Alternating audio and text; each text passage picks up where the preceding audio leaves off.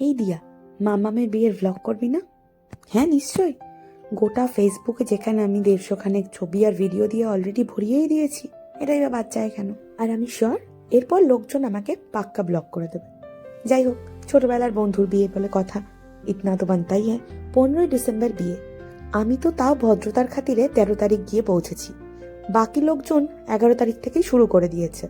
একবার নারায়ণ পুজো, তারপর আশীর্বাদ, তারপর এই ওই সেই চললো সেই 17 তারিখ অব্দি। আমি যেদিন পৌঁছই অর্থাৎ 13 তারিখ, সেদিন কোনো অনুষ্ঠান না থাকলেও সন্ধেবেলা ছিল মেহেন্দির অনুষ্ঠান। সারাদিন ধরে কনেকে নিয়ে আমরা প্রচুর ঘোরাঘুরি করেছি। আর অবশেষে যখন আমি সন্ধেবেলা পৌঁছলাম, দেখি ওর এক দঙ্গল বন্ধু অলরেডি এসে পৌঁছে গেছে। এবং শুধু এসে পৌঁছে গেছে তেমনটাই নয়, শুরু হয়ে গেছে নাচ গান সমস্ত কিছু। পরের দিন যে সঙ্গীত, তার কিছু প্রিপারেশন তো নিতেই হয়। আপনি দেখুন না চারিদিকে তাকিয়ে, 6 থেকে 60 প্রত্যেকে নাচছে। আসলে এরা ভুলে গিয়েছিল আগামী দিনগুলোতে আরো কত নাচাই না বাকি। যাক কি যাক, জীবনে এসব সমস্যা আসতেই থাকবে, মটর পনির পে কনসেন্ট্রেট করতে হয়। যদিও এটা ছিল পকোড়া আর সঙ্গে ছিল কফি। অনুষ্ঠানটা হচ্ছিল জেঠির বাড়ির ছাদে, তো আমরা সেখানেই ছিলাম। আর এই যে জেঠি দেখতে এসেছিল যে সমস্ত কিছু ঠিকঠাক আছে কিনা। আসলে আমাদের যে নৃত্যের চোট, সবকিছু ঠিক থাকাটাই একটু যেন অস্বাভাবিক। সাজুগুজু করে কোণে যখন মেহেন্দি পড়তে বসেছে, তখন অলরেডি 7টা পেরিয়ে গিয়েছে। আর এদিকে পাশাপাশি চলছে কোণের বন্ধু বান্ধব আত্মীয় স্বজনদের হাতেও মেহেন্দি পরার ধুম।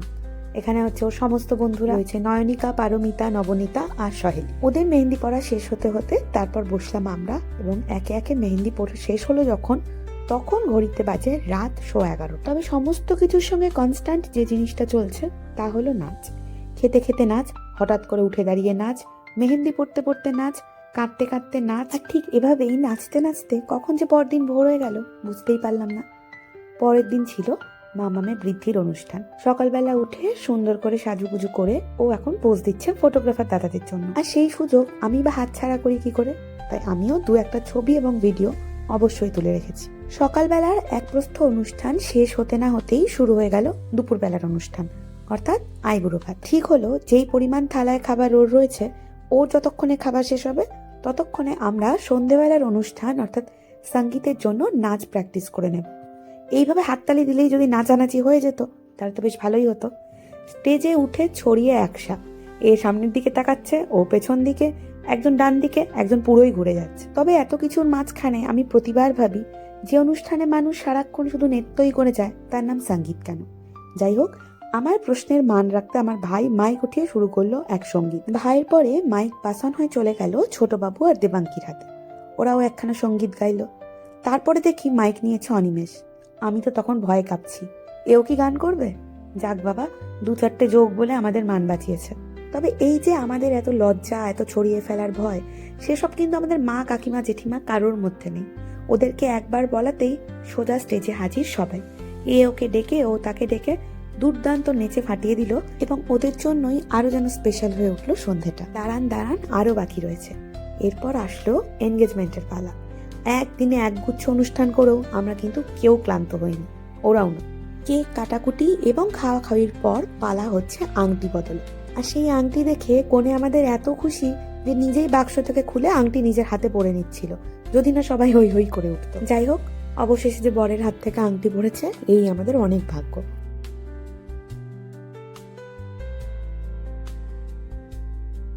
আর এদিকে মেয়ের কাণ্ড দেখুন, নিজের যেই আংটি পরা হয়ে গেছে, ব্যাস এবার আমার ছবি তুলো, ভিডিও করো। এদিকে বেচারা বরটা যে চুপচাপ দাঁড়িয়ে আছে, ওর যে আংটি পরা হয়নি, ওর যে আঙুলে আংটি নেই, ওর যে ছবি হচ্ছে না, সেদিকে আর তার খেয়াল নেই। যাই হোক, অবশেষে মনে পড়েছে এবং হলো ফাইনালি দুজনের আংটি বদল।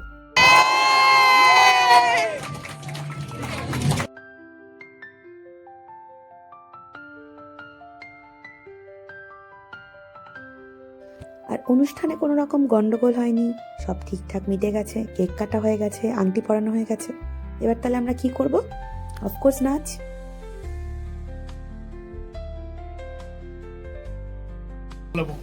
আমি শুভশ্রী চক্রবর্তী, শ্রীমতী শুভশ্রী চক্রবর্তী, আজ থেকে তোমাকে অর্থাৎ শ্রীমান দেবার্ঘ দাসকে বিশেষ বিবাহ আইন 1954 ধারা 13 অনুসারে আমার বৈধ স্বামী রূপে গ্রহণ করব। আর অবশেষে আইনি মতে কাগজে কলমে ফাইনালি বিয়েটা হয়েই গেল। আজকের মতো আমাদের অনুষ্ঠান তো শেষ, বাড়ি ফেরার পালা। কিন্তু আগামী দিনগুলো তো এখনো বাকি। চলুন তারও কিছু ছোট ছোট মুহূর্ত আমরা আপনাদের সঙ্গে ভাগ করে নিই। পরদিন অর্থাৎ 15ই ডিসেম্বর, দ্য ডে, সকালবেলা অবশ্যই ছিল গায়ে হলুদের অনুষ্ঠান।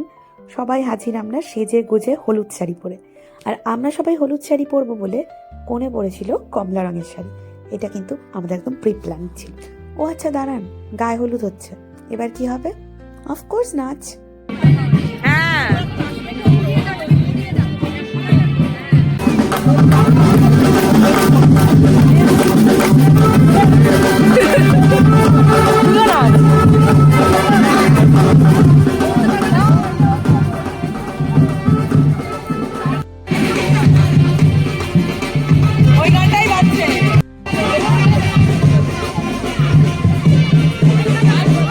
মামা আমাকে ডাকলো বলে আমি কিট্টুকে ডেকে নিয়ে গেলাম যে চল আমরাও নাচ করব। ও মা, দেখি ওদিক থেকে মারা বলে এই ক্যামেরা ঘোরা ঘোরা আমাদের দিকে। ব্যাস, আমাদের নাচ শেষ।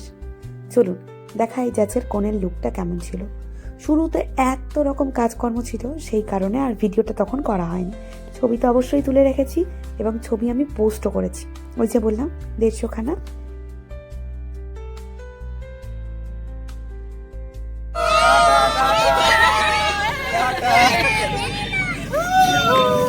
নাচ গান শেষে অবশেষে এসে পৌঁছলাম খাওয়ার জায়গায়। সেখানে এসেও অবশ্যই সবসময়ের মতো আমি নিজস্ব বক্তব্য রাখছিলাম। কিট্টু পাত্তা দিল, দেবাঙ্কি দেয়নি। ওর হচ্ছে ওই ব্যাপার, জীবনে অনেক বাতেলা আসবে, মটর পনির পে কনসেন্ট্রেট করতে। আমি নিজের বক্তব্য শেষ করে তাড়াতাড়ি ফিরে এলাম বাড়ি। ভুলে গেলে চলবে না, আজ রাতেই কিন্তু বিয়ে। ঢোকার পর থেকে অসংখ্য মানুষের সঙ্গে দেখা হওয়া, এসব করার জন্য ওর আর ভিডিওই করা হয়নি। তাই আমাদের নিজেদের দুজনের একটা একটা করে ছবি এখানে দিয়ে দিলাম, যাতে আপনারা মনে করতে পারেন ওই 150টা ছবির মধ্যে থেকে কোন লটটা আপনাকে দেখতে হবে বিয়ের ছবি দেখার জন্য। বাঙালি বিয়ে মানেই রিচুয়ালস, তাই চলুন অন্য সমস্ত ভ্যানতারা বাদ দিয়ে আসল জিনিসে ফোকাস করি। কিন্তু আমি ফোকাস করতে পারছিলাম না। যখন কনেকে নিয়ে বাকি সব ছেলেরা ঘুরছে, পেছনে এরা 3 জন কেন ঘুরছিল আমি ওদেরকে বহুবার জিজ্ঞেস করেছি, তোরা কেন ঘুরছিস? পাত্রও জিজ্ঞেস করে, এই তোমরা কেন ঘুরছো? ওরা বলে ওরা ঘুরছে তো তাই আমরাও ঘুরছি। শুনুন একবার।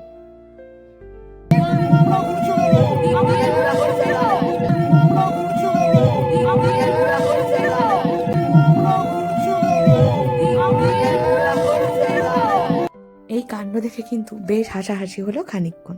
তারপর এই যে শুরু হলো পিড়ি ধরে উঁচু করার পালা, কে কার থেকে বড়। আর এই যে এইবার শুভ দৃষ্টির পালা।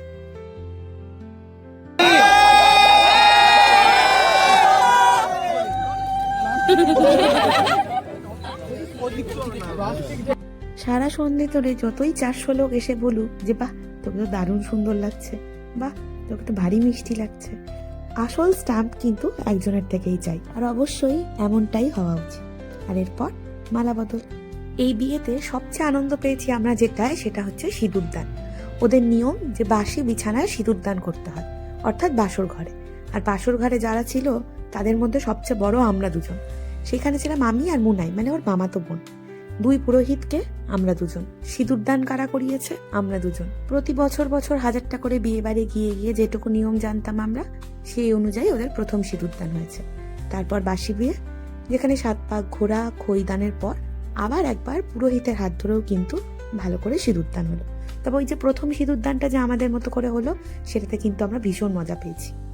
আর এই তো এইভাবেই শেষ হয়ে গেল বাকি রিচুয়ালসগুলো। আর এই যে এত বছর এত মাসের অপেক্ষা, কোথা দিয়ে যে বিয়েটা শেষ হয়ে গেল, বিয়ের সমস্ত অনুষ্ঠান ফুরিয়ে গেল, আমরা বুঝতেই পারলাম না। চলে এলো সেই মহেন্দ্রক্ষণ, যেখান থেকে নিজের জীবন সঙ্গীকে সঙ্গী করে পাকাপাকিভাবে শুরু হলো ওদের নতুন জীবন, একসঙ্গে যৌথ যাপনের উদ্যোগ। প্রচুর কান্নাকাটি হয়েছে, সে একেবারে হাউমাউ কান্না, কিন্তু দেখে বোঝার উপায় নেই। বিয়ে শেষ, অনুষ্ঠান শেষ, সমস্ত রিচুয়াল শেষ, এবার কি? অফকোর্স নাচ। তবে মেয়ে বিদায় হয়ে গিয়েছে বলে আমরা যে ওকে ছেড়ে দিয়েছি তা না। 2 টোটো লোক ভাড়া করে আমরাও চলে গিয়েছিলাম ওকে ছাড়তে। সেখানে গিয়ে দেখি আমরাই যেন সংখ্যায় বেশি, ও নাচছে আমরাও নাচছি। তাই জন্য না লজ্জায়, ভয়ে, শ্রদ্ধায়, ঘেন্নায় আর রিসেপশনের ভিডিওটা করিনি। এই নাচতে নাচতেই ওর জীবনটা এমন ভালো, এমন আনন্দের থাকুক, আনন্দেই কাটুক, এমনটাই আশা করি। আর সেই সঙ্গে এখানে শেষ করলাম বিয়ের এই ছোট্ট ব্লগটা। আশা করি আপনাদের সবার ভালো লেগেছে। টাটা।